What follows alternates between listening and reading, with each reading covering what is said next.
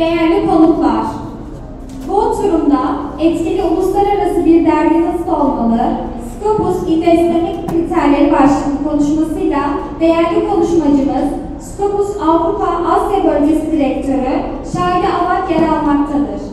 Şimdi sizlerle davetli konuşmacımız Shadi Awwad'ın kısa özgeçmişini paylaşmak istiyorum. 2014 yılında EJER'e katılan Shadi Awwad, Scopus Avrupa Asya Bölgesi Direktörlüğü'nü yürütmektedir. Üniversitesi'nden kimya ve sağlık politikası ve araştırma alanında eğitim geçmişine sahiptir. Şimdi konuşmaları yapmak üzere Shadi Awwad'ı davet ediyorum.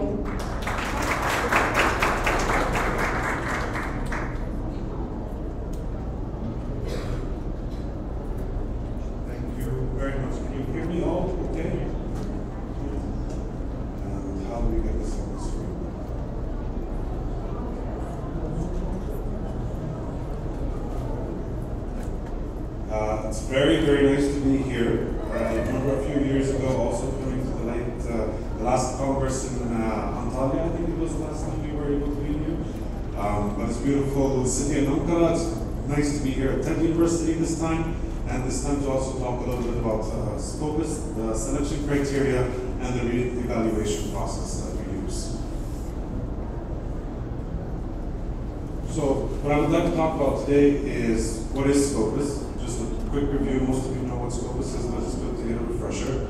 The scope of responsibilities for Scopus, and the evaluation process for Scopus, and the re-evaluation process, because it's a continuous quality assessment that we keep doing to all of the journals. Even after they are included and indexed into Scopus, there's a continuous process there for quality evaluation and re-evaluation.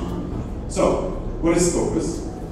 Today, we're up to 90 million plus items in the database, more than 94,000 affiliation profiles, and we're talking about universities, institutions, research centers, sub-institutions within the hierarchy of a major institution.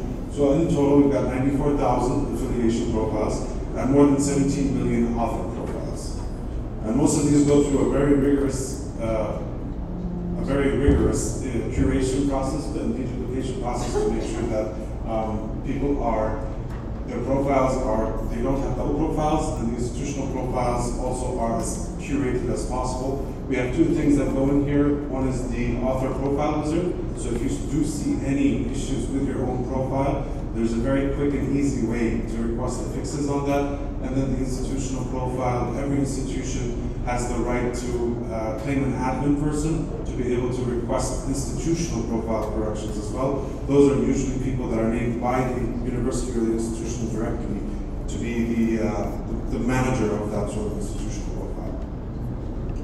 It's becoming, or it is, the gold standard now across the board for most of the important ranking organizations and other political organizations and geographical organizations that use research data for their day-to-day and their annual and their strategic review processes and policy determinations and strategy developments.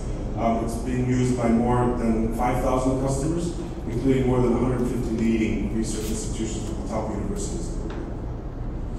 And this is just some of the examples around the world of the different organizations that we're seeing them from countries from the different continents, from North America, South America, Europe, Asia, Africa, and Australia. In addition to global organizations, I would add here also the World Bank is up there, yes, the United Nations, the EU, and then several others. And in Turkey, we work a lot with TÜBİTAK, for example.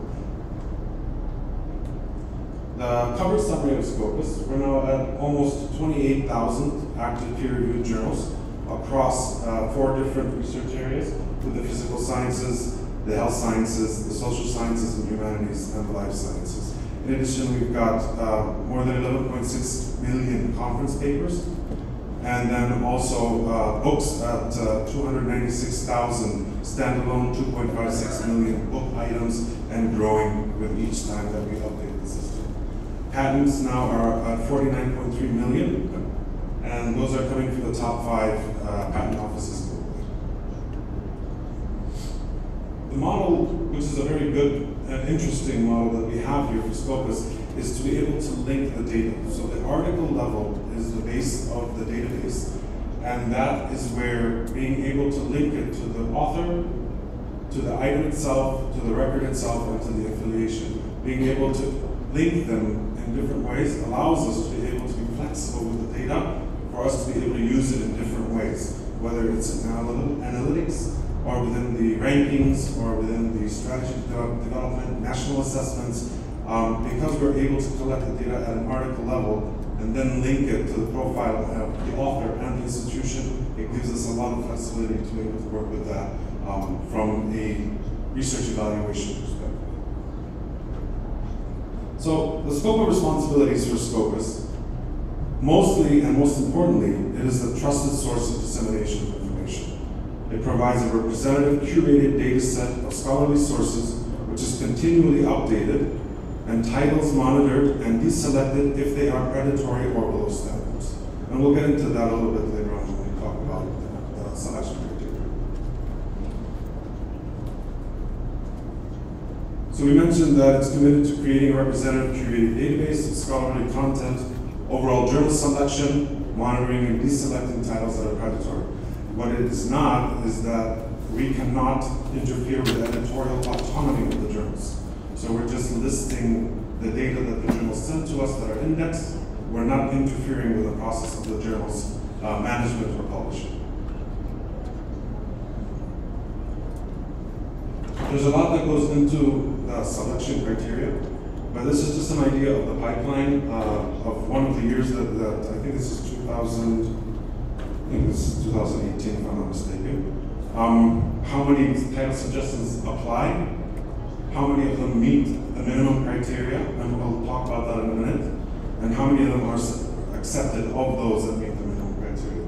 We ended up with 630 that were accepted of the 3,500. The evaluation process itself, on the research that we've done, there are about 105,000 journals globally. Those are increasing for sure, of which a little under half of them are peer-reviewed.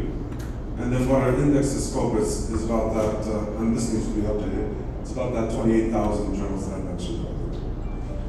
Who is the one that decides which journals get indexed? Is the Content Selection Advisory Board. It's a completely independent board of Elsevier. It's made up of 17 subject chairs from leaders within the research community within each of those research areas. They have complete autonomy on selecting, evaluating, and re-evaluating the journals.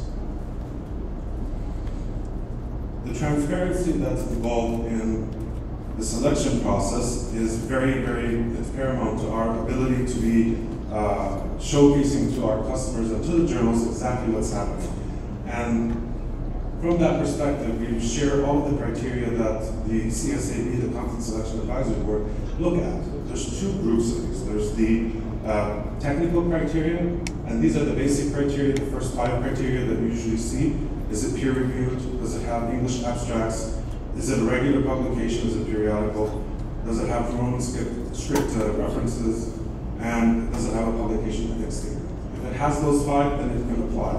But then when it applies, then it goes to the CSAB, and there's 14 other criteria that they look at. And I'll name them off here. So a convincing editorial concept and policy, so the idea of what the journal does. The type of peer review, is it double-blind, single-blind, open? The diversity of the geographic distribution of the editors, and the same for the authors. The contribution to the field, the clarity of the abstracts, the quality and conformity with the stated aims. So is the article, are the publications within the journal matching the aim and scope of the journal itself? Readability of the articles, citedness of the journal itself, the articles and Scopus, the editor's standing. Is there any delay in the schedule, or has it been consistent with the publication? Is the content available online? Is the English language, is there an English language journal homepage? And then the quality of that homepage itself.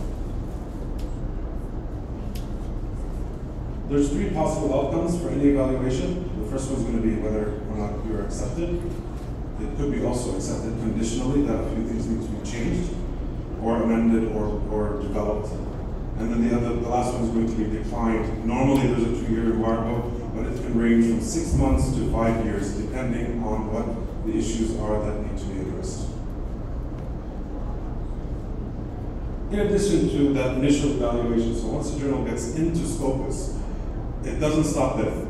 There's a continuous reevaluation process. And the reason for that, I'm sure many of you have seen these, is because of the malpractice that we're starting to see more and more throughout the world. Whether it's predatory journals, journal hijacking, where they do hijack the website and the URLs and they start faking it and defrauding the researchers, paper brokers, language plagiarism, so publishing it in one language and then republishing it again in another language, and citation manipulation. All of these have led to a rigorous reevaluation of how we reevaluate as well the different journals that we have in Scopus. So what does Scopus do to address the issue? With the CSAB, we're taking responsibility to curating the content on an ongoing basis and continue to develop new approaches as a defense against low-quality predatory journals. We validate that the concerns are time-consuming and additional information that shows the questionable integrity and quality is needed for validation. There's specific concerns and evidence is also needed if the journal is flagged for reevaluation for the CSAB to take a well-founded decision. We've been addressing this for several years. Many of you have seen through different presentations from team members that I have within Turkey and other parts of the region, where we talk about that reevaluation process. It's been in the works for about 6 years now that we've been working on this.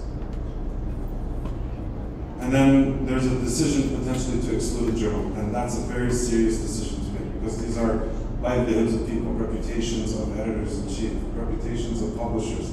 We want to make sure, and we need to be absolutely sure, that the decision to discontinue a journal has to be made thoroughly after doing a very deep investigation to make sure that we're making the right decision. And then there's specific evidence, if there's specific evidence of publication malpractice is needed to speed up the process and have the CSAB assess actual misconduct. So there's poor performance and then there's misconduct. If there's serious breach of conduct and then also you're getting the evidence of that, that will expedite the process for the reevaluation. So what is the process of the reevaluation? There's 3 ways that we do it. So Scopus reaches out to what we call the radar, and those are 6 different metrics that are looking at in the journal itself. So the number of publications, is there an explosion in the number of publications from year 1 to year 2? The number of citations, the number of authors.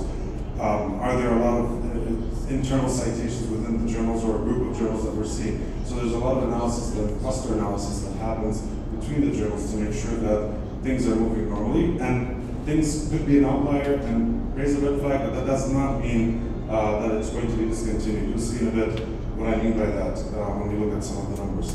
Identification of poor journals using metrics and benchmarks, I just touched on that. And then direct feedback from the market.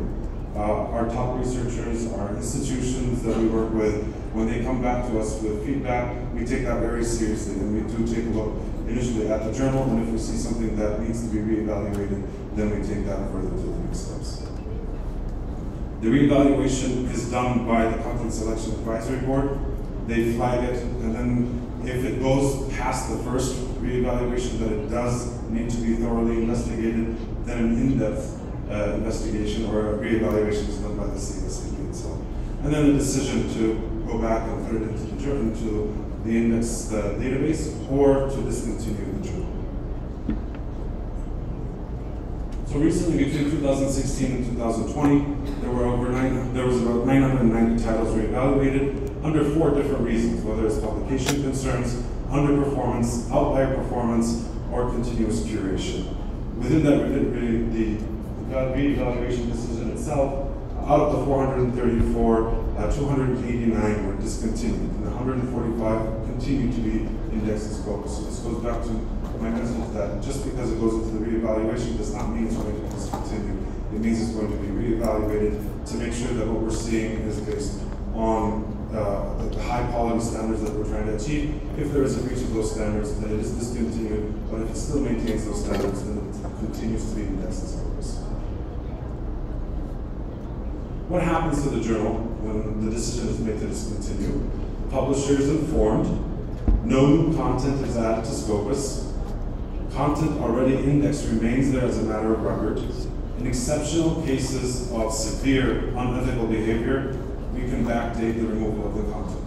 So depending on whether it's underperformance, malpractice, misconduct, there's several ways to be able to look at that. If it's really a bad, unethical behavior, we'll look back to when that unethical behavior started and we'll remove the content. The site score will not be given anymore for discontinued journals. To get a list of that, this is all publicly available on the link that you see here. So I will share the slides afterwards for you to be able to get to these. But that discontinued sources list will always be there, publicly available, whether or not you have access to Scopus. At the end of the day, we work with not only the journals, but the researchers, the institutions, and the goal here is to increase that impact of research. It's to improve international visibility and standards of research output from the country. In order to do that, support is needed from the authors themselves, disseminating their research with high visibility and impact, the journals to develop their standards, resulting in higher reputation and ranking. And that came up with an approach that is going across the industry through multiple publishers, and the major publishers all are on board with this, which is the think, check, and submit approach.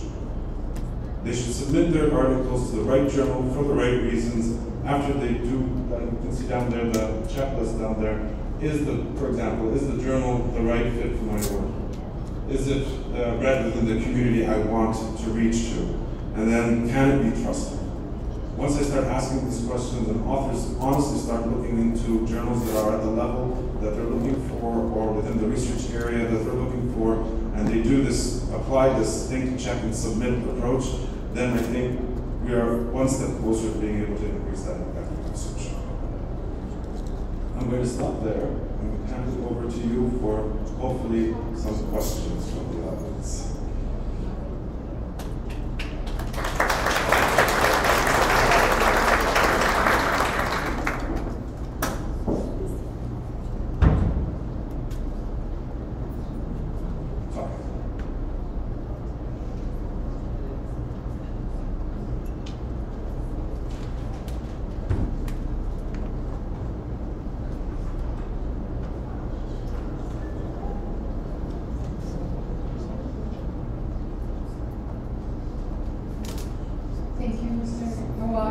Very informative presentation. You did say in your presentation that sometimes you decide to exclude a journal. I'm wondering if there's an appeal process, and if yes, how that might work. You mean when they first apply the first time for evaluation? Yes, and then you reject it. Yeah, so rejecting. Yeah, so there's three results. So it's either accepted or it's accepted initially, or it's rejected with an embargo. And the embargo is there because there's going to be certain things why it was rejected, and there's going to be a letter that's shared with the journal explaining exactly why. And depending on what those things are, and based on the experience of the chairs of each of the subject categories, they will be able to say, is this going to take 6 months to be able for them to effectively correct it, 1 year, 2 years, 3 years, 4 years, 5 years. And that's where that number comes from. It's not an arbitrary number that is coming out of nowhere, but usually it'll be around 2 years for people to be able to fix or reflect what needs to be done with the journal. So it's not an automatic rejection, no, but it's more like, get these things done and then we'll reevaluate. Yeah. I have one more question about the level of English that some journals use. Sometimes what I notice is that the copy editing may not be done right or efficient enough. So when Scopus is evaluating these journals, how do you look at the level of English that the journals use? Is it the content that you give preference to, or does it also matter that they? It's the knowledge that they're creating. So I mean, the language is not a barrier within Scopus. The only English thing that we're really requiring is the abstract and the references. The actual article itself can be in any language that you want. And we have multiple journals. I think we have more than 40 languages right now in Scopus, journals themselves for the actual articles. When you're talking about the English version, that's going to be evaluated. And of course, you're going to have journals that have better English than others, depending on which country or which region and which language, the primary languages within that country. But the idea here is, are you able as a researcher to understand the content and what they're trying to deliver in terms of new knowledge, and is that knowledge valuable for the community that they need to know like this? That's nice to know. Thank you.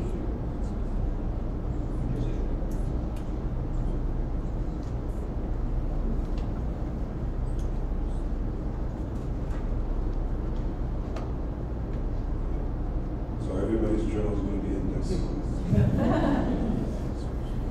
Well, I'm here. My colleagues are here in Turkey. They're based in Ankara, and I have several team members that are from my team. They're also based in Turkey, and we've got globally. We've got the teams that represent. So, if any questions come up at any time, please reach out to the person covering your region. And if you are based here in Turkey, the person to ask is right down here at Convention. Konuşmacı and Davetli from Scope, they're our partners here in Turkey, and we'll be more than happy to support them.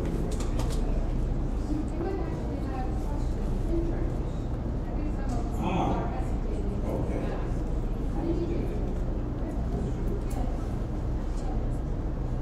Arkadaşlar sorularınızı Türkçe'de sorabilirsiniz. Mr. Awwad'ın yardımcısı tercüme edin.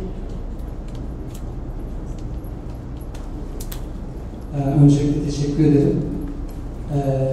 Benim de bir dergim var. Ben yüksek lisans zamanında başlamıştım. Scopus'a başvuru yaptım. Aslında bireysel olarak kendi çabalarımla uğraştım. Humanistik Perspektif diye bir dergi. Belki bu EJER Kongresi'nden sonra yayın seçeneği olarak da alınabiliriz. Onunla ilgili görüşmeler yaptık hocamızla.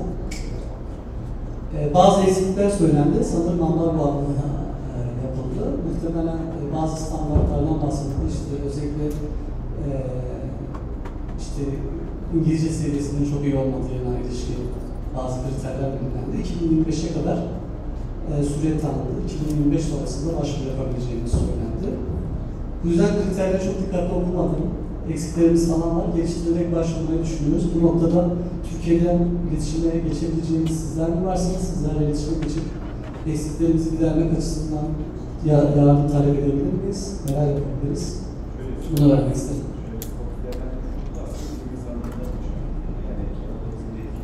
Sadece Scopus'tan size bir yanıt yazısı geldiyse orada dikkat etmeniz gereken, belki hani iyileştirmeniz gereken bazı detaylar belirtilmiştir. Belki o detayları takip edebilirsiniz ama mesela Scopus'taki kişilere nasıl ulaşabiliriz ya da işte hangi aşamada biz biraz daha buradaki iletişim konusunda yardımcı olabiliriz. Kararı aslında yine bilim insanlarından oluşan bir kurul belirliyor. Yani o dergilerin Scopus içerisinde olup olmayacağını aslında Elsevier bünyesinde ya da yani buradaki bizler firma olarak bir yönlendirme yapamıyoruz maalesef. Size gelen yazıda bazı detaylar belirtildiyse belki o aşamaları takip edip tekrardan başvurunuzu belirtilen şekilde yönlendirebilirsiniz. Evet, ben bu konuda da çok teşekkür ediyorum. Çok ayrıntılı bir şekilde değerlendirmişlerdi ve eksiklerini çok güzel bir şekilde bildirmişlerdi. Bunlarla ilgili çalışmalara başladık. Umarım yakında tamamlanır. 2025'ten sonra başvurumuzu yapabiliriz. Çok teşekkür ederim. Benim için çok güzel bir çalışmalar oldu. Teşekkür ederim kendisine. Biz teşekkür ediyoruz. Umarız derginiz yakın süre içerisinde Scopus'ta olur. Daha çok dergiler Türkiye'den diye bizler de açıkçası arzu ediyoruz. The question was about their journal, which they received a letter response, just I think until 2025, they just the criteria that they need to improve, as already mentioned, and they're asking if we can support from Turkey about these criteria. Maybe we can also just also guide them what we cannot make an effect on their It's our expertise and our thoughts, but ultimately it's on the journal to reflect those changes. They will receive a detailed letter as a response, and they will be taking care, and will be just applying again. Başka var mı soru? Türkçe'de sormak isterseniz.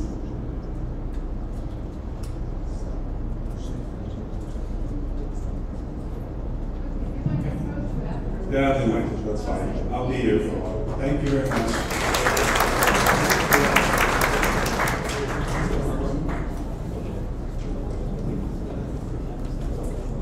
Konuşmaları için Sayın Shadi Awwad'a teşekkür ederiz. Değerli konuklar, öğle arasına girmiş bulunmaktayız. Kongremizin diğer etkinlikleri 13.10'da başlayacaktır. Hepinize teşekkür ederiz.